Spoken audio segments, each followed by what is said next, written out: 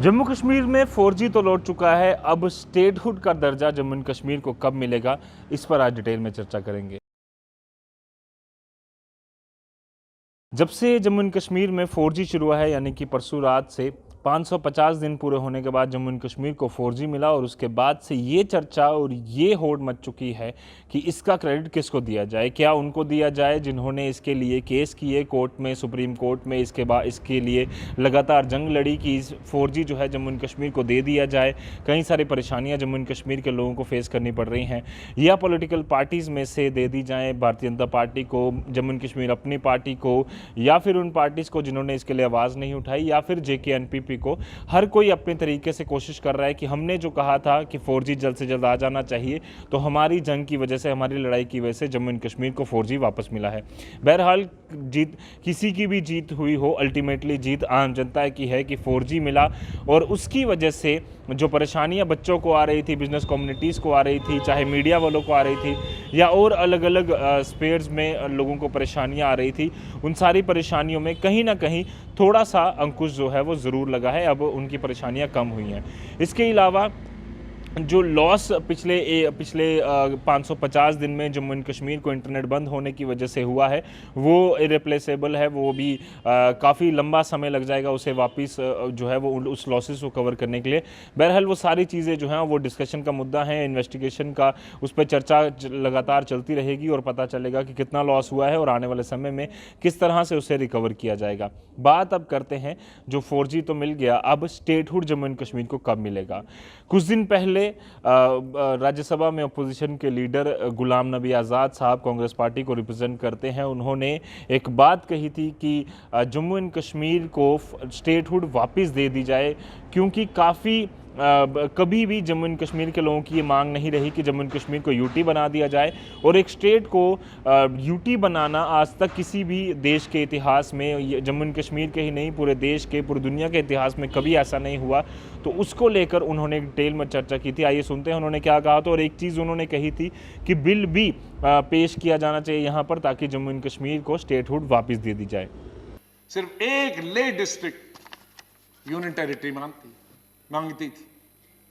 मैं मानता कि अगर गवर्नमेंट ले को यूनियन टेरिटरी देती और स्टेट को नहीं छेड़ती, लेकिन ये मेरी समझ से आज तक बाहर है कि इतनी बड़ी स्टेट जो अकबर बादशाह के जमाने से लेकर आज तक इस कंट्री की सबसे बड़ी स्टेट थी, और शायद दुनिया में दिल्ली के बगैर अगर किसी स्टेट को दुनिया जानती है, वो कश्मीर को जानती। मेरी आपसे निवेदन करना है कि अगर जम्मू कश्मीर को प्रोग्रेस करना है और अगर बॉर्डर्स पे हमने अपने दुश्मनों से लड़ाई लड़नी है, तो हमने अपने लोगों को कॉन्फिडेंस में रहना है और उनको प्यार देना है, प्रेम देना है, मोहब्बत से इकट्ठे रखना है।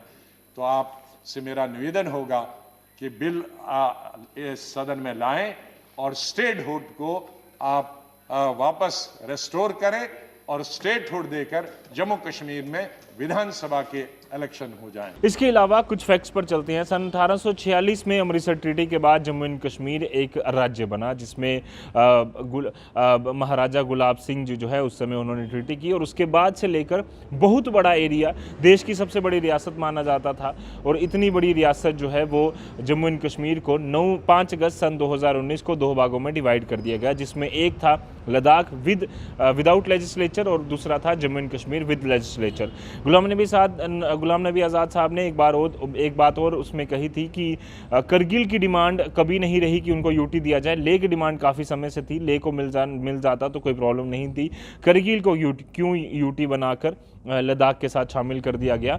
उसके बाद जम्मू एंड कश्मीर की मांग कभी नहीं रही। इतनी बड़ी रियासत आज तक यूटी की तरह चलाना कितना ज़्यादा मुश्किल है, कितना ज़्यादा जो है वो इसमें डिफ़िकल्टीज का सामना करना पड़ रहा है लोगों को। इसके अलावा आम जनता की बात करें तो वो भी कहीं ना कहीं जो है इस चीज़ से ज़रूर नाराज़ हुए थे कि जम्मू एंड कश्मीर को यूटी क्यों बना दिया गया।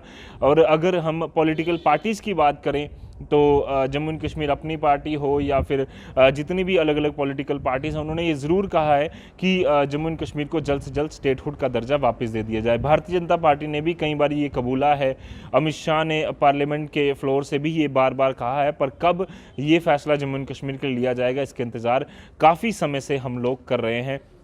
इतनी बड़ी रियासत जो महाराजा गुलाब सिंह के टाइम से लेकर कई सारे और महाराजा रहे, महाराजा हरी सिंह 1947 तक इसमें राज करते रहे, और उसके बाद जब अलग अलग पॉलिटिकल पार्टीज़ यहाँ पर राज करती रही तो किसी ने ये नहीं सोचा था कि जम्मू एंड कश्मीर को एक स्टेटहुड से बदलकर यूटी यानी कि केंद्र शासित प्रदेश के तौर पर चलाया जा सकता है।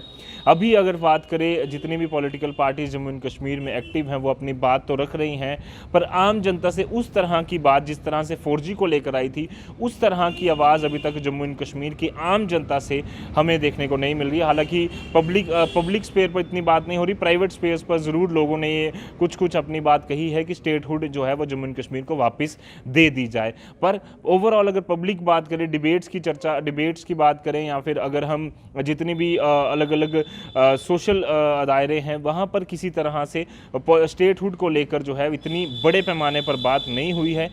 क्या जम्मू एंड कश्मीर को जल्द ही स्टेटहुड मिलेगी और अब जम्मू एंड कश्मीर के लोगों को क्या उसकी ज़रूरत है, इस पर आप सब लोगों को ज़रूर सोचना होगा। और एक अगर आप भी अपनी बात रखेंगे तो गवर्नमेंट को, सेंटर को भी ये समझ आएगा कि जम्मू एंड कश्मीर को कब तक स्टेटहुड दी जानी चाहिए। और सेंटर बार बार कह रहे हैं कि हालात जैसे ही सामान्य हो जाएंगे, जब केंद्र को लगेगा कि स्टेटहुड जम्मू एंड कश्मीर को वापस मिल जानी चाहिए, तब दे दी जाएगी।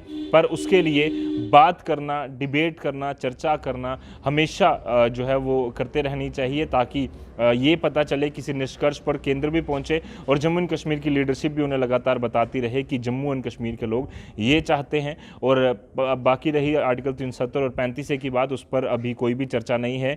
वो लगातार मामला जो है वो लीगली तौर पर कई सारी पॉलिटिकल पार्टीज़ और लोग लड़ रहे हैं, वो माननीय कोर्ट डिसाइड करेगा क्या है। पर स्टेटहुड को लेकर ज़रूर लोग जो हैं कहीं ना कहीं अब थोड़ा सोचना शुरू हो चुके हैं, और सोचना भी चाहिए कि क्या जम्मू एंड कश्मीर को स्टेटहुड मिलनी चाहिए जल्द से जल्द, या फिर इसे अभी थोड़ा और इंतजार करना पड़ेगा। कैमरा पर्सन कमल सिंह के साथ Ajit Vora, the news now, Jammu.